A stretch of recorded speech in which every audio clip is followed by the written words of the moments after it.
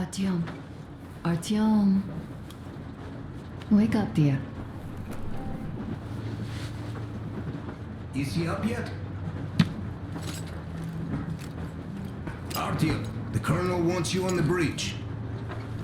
See you later. Come on, wake up.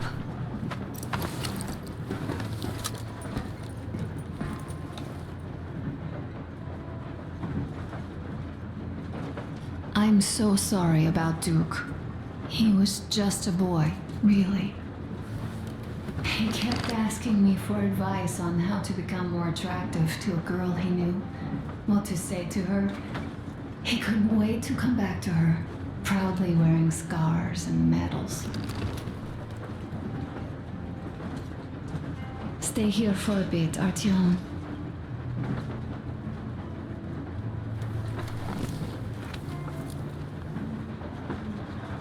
This is great. I wish I could stay like this forever. Artyom, when you climbed those ruins back in Moscow, or with your radio, did you imagine our life on the surface at all? A home, for one. A place where we could live. A log cabin on the outskirts of a forest. Or how about a bungalow on an ocean shore? Well, you know, there's something great in simply going anywhere like this. Together. Through the abandoned stations, the ruins, the wasteland. Especially in our own private compartment. Thinking back, isn't this our honeymoon trip? It certainly feels like one, even though it's a bit late. We've only had some honeymoon sorties at best so far.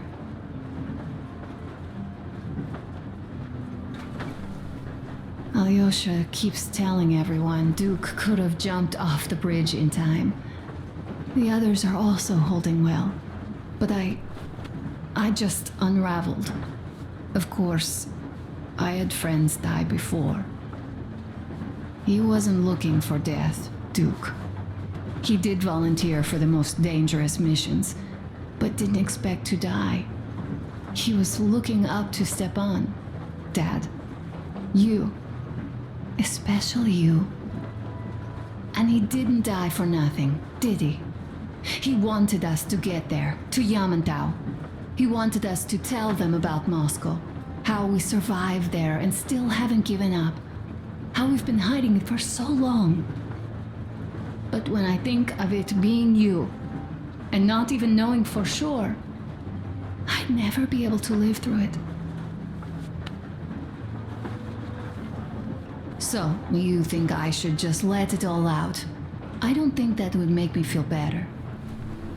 I've been thinking, back home, we buried our friends at home, and avenged them at home. That home and life there sucked. We were kept there with chains. No, even worse, with lies. And now we are looking for a new home. But here, it's someone else's home, and we are not invited. Right. I've got to get myself under control. Go. Dad wanted to see you.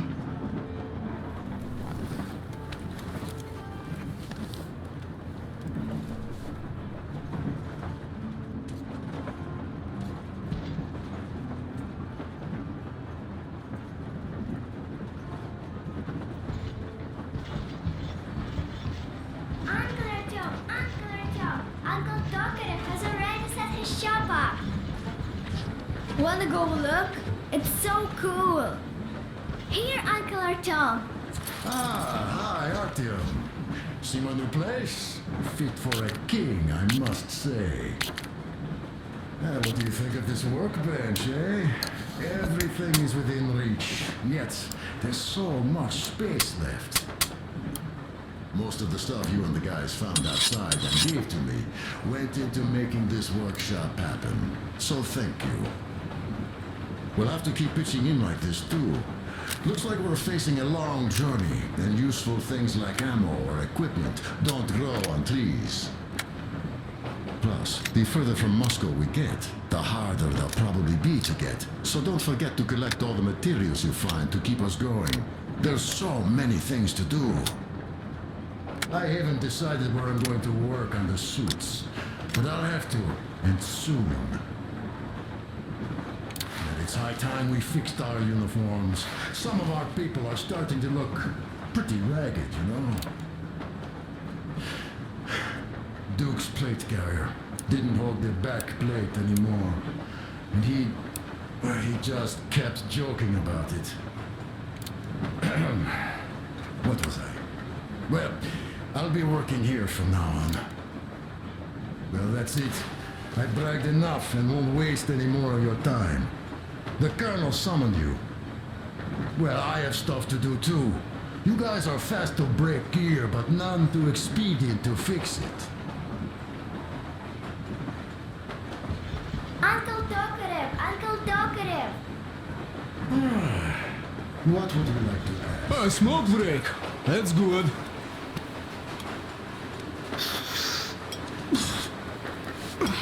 Oh, this is one mean smoke. Damn, this is rough. Well, nothing we couldn't take.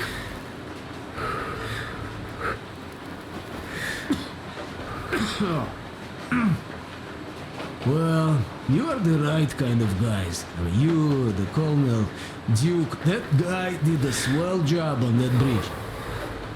He was a great guy. May he rest in peace, yeah. So, yeah, what did I want to say? Yes. Thank you. You people accepted me, and I'm a simple guy. I will pay that debt back, okay? So, how do you like it out here after your tunnels?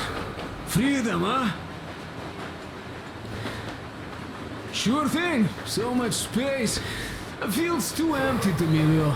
Just reeds and ruins and those damn mutants. Hate them. Phew.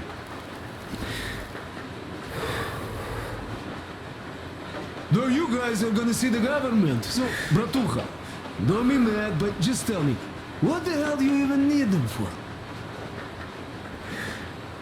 Well, of course, it might be interesting to take a look, but throughout all of my rambling, I only met two kinds of ex-government people. Dead ones and gang leaders. And let me tell you, the latter are much worse than your typical bandit. They just have to make a speech before doing something awful.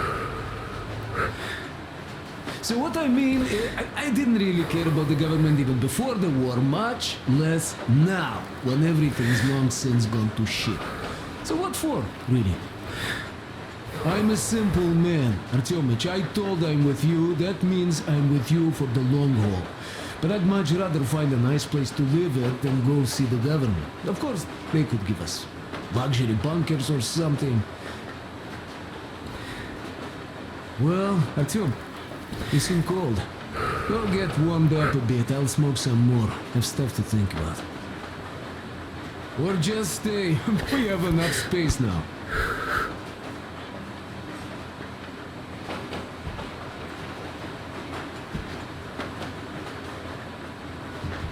Uncle Talkative, do you have a sewing machine?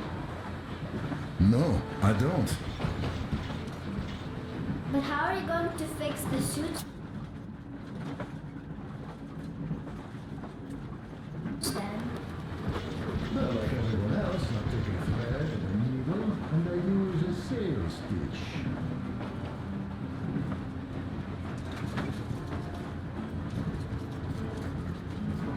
Artyom, come on in and have a seat. Stepan's putting on a live performance here. Here's one of my favorites.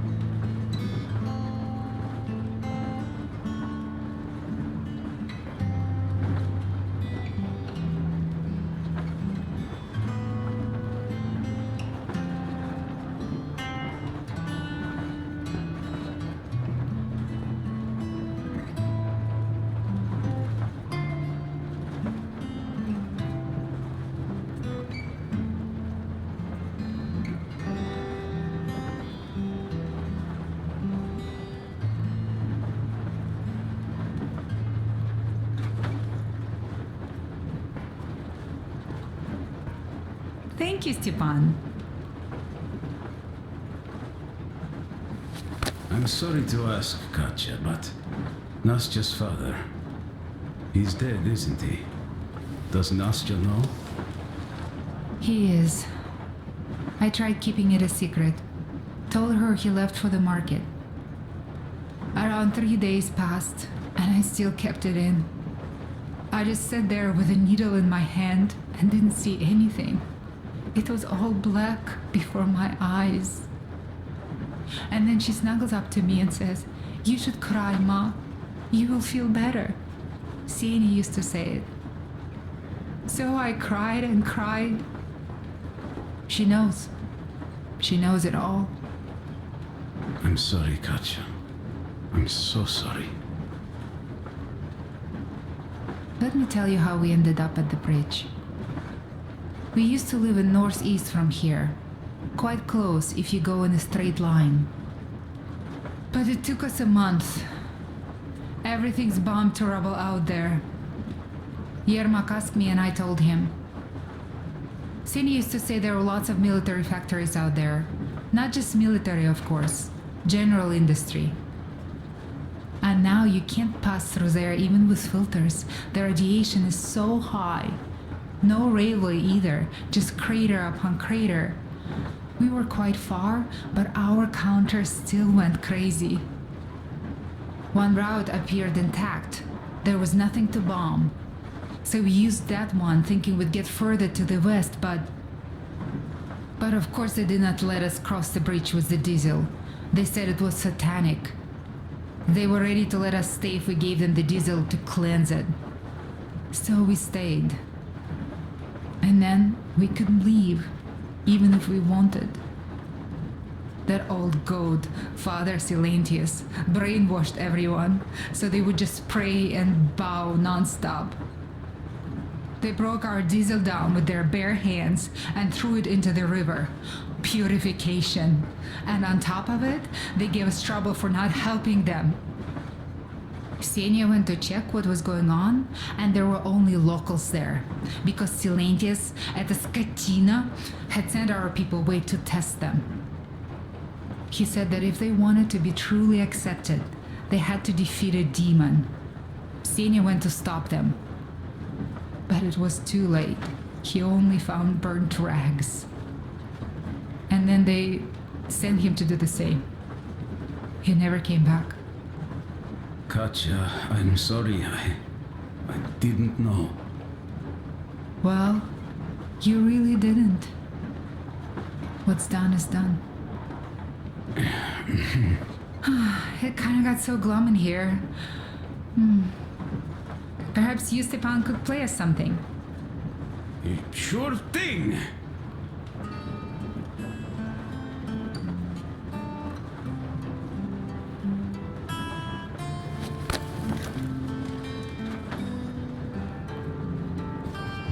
Well, guys, to Duke's memory. Artyom, the colonel's waiting for you on the bridge.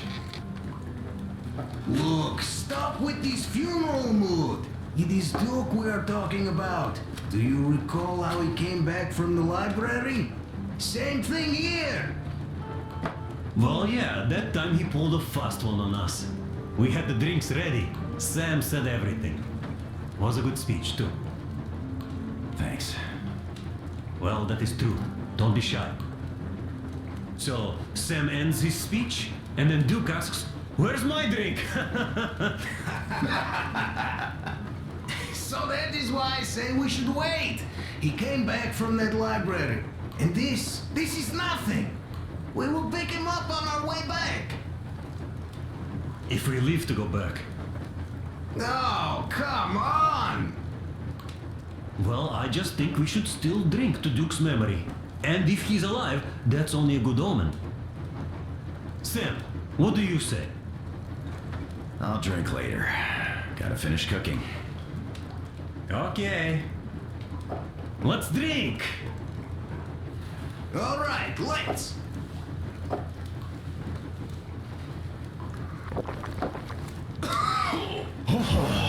That's rough. Yeah, kinda rough. By the way, speaking of omens, let's have a service for him once we come across another church.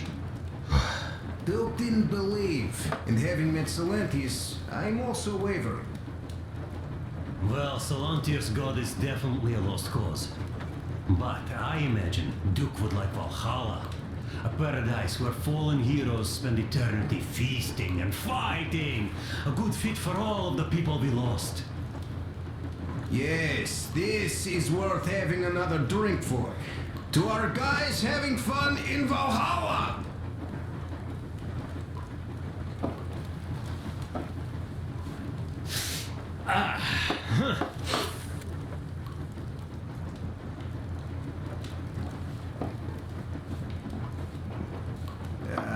Hey guys, there's something I've been thinking about. What does everyone expect of this trip? Duke used to say that he just couldn't spread his wings back home. He was too eager to win that girl over with heroics. He thought that outside he'd have space for that. And why did you come? Well, my heart is aching for true romance. But in the Metro, all women want a solid relationship, a reliable husband, a real provider. Enough of that smug smile. It's unbearable. Not that I've had much better luck here so far. As soon as Katya came aboard, Stepan started cooing around her like a peacock. You should be happy. Katya is a tough girl. You'd be under her thumb in no time. That is unlikely. I'm not the kind of man to upstage his friend in a contest for a lady. Especially when that friend promises to break my arm.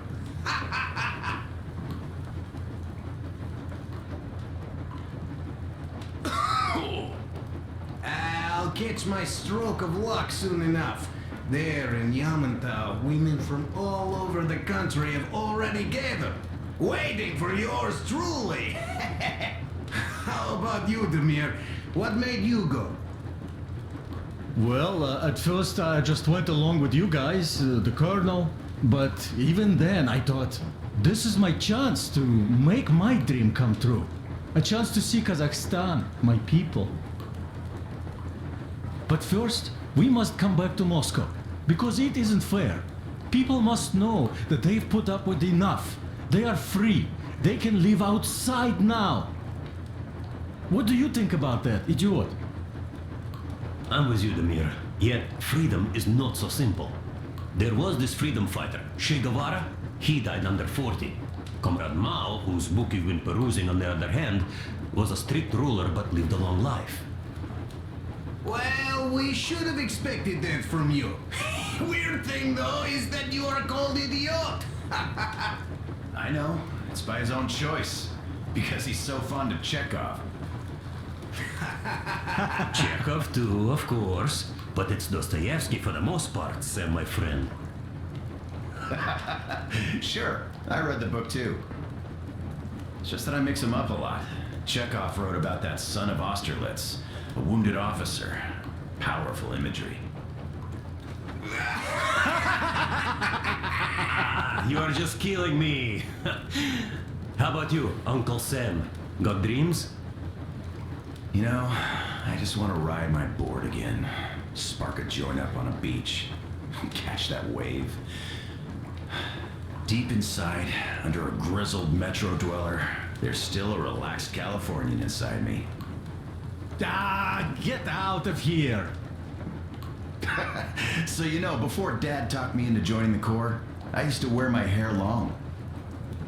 He told me they'd make a decent citizen out of the total disappointment that I was, and sent me to college once I was discharged. I joined, and they sent me to the Middle East. Wow, so do you hope your guys would pick you up? I don't see them around. Yeah, I don't hold my breath for my guys. Once this mission's over, I'll submit my discharge papers. I'll reach the ocean, and there, find a ship maybe? Oh yeah, just imagine it. You arrive on that ship, and they go like... Ah, the Russians are coming! You are one of us now. You don't really need to go anywhere. At least don't put your Ushanka on. They will sink you on sight. I won't. Though I will take my balalaika with me. Well... Who has any expectations for our reception at Yamantau? Well, your expectations, Alyosha, are quite obvious, huh? Scantily clad junior officer ladies unrolling the red carpet. Yeah, I'm a simple guy. How about you guys? Well, I hope they will answer a few questions. For example, if there is not a single American within hundreds of miles from Moscow, save for our friend Samuel here, why stay underground? I'd put it a bit differently. Did you, dearest High Command gentlemen, know that we in Moscow had to spend 20 years underground? Oh, by all means, you can ask those while I'm enjoying my briefing with the junior officer ladies, huh? I don't know. I'm in the mood for a road trip. Oh, we got ourselves a true traveler here. Yeah, we will have to live and see. You are right.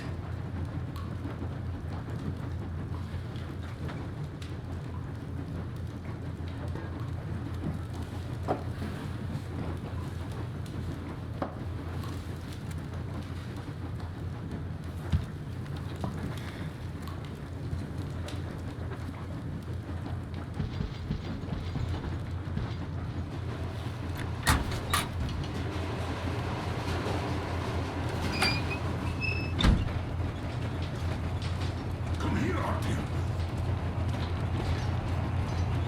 Listen. I had a talk with the Ark. All thanks to Tokarev. He got the decoder working. Ark, come in.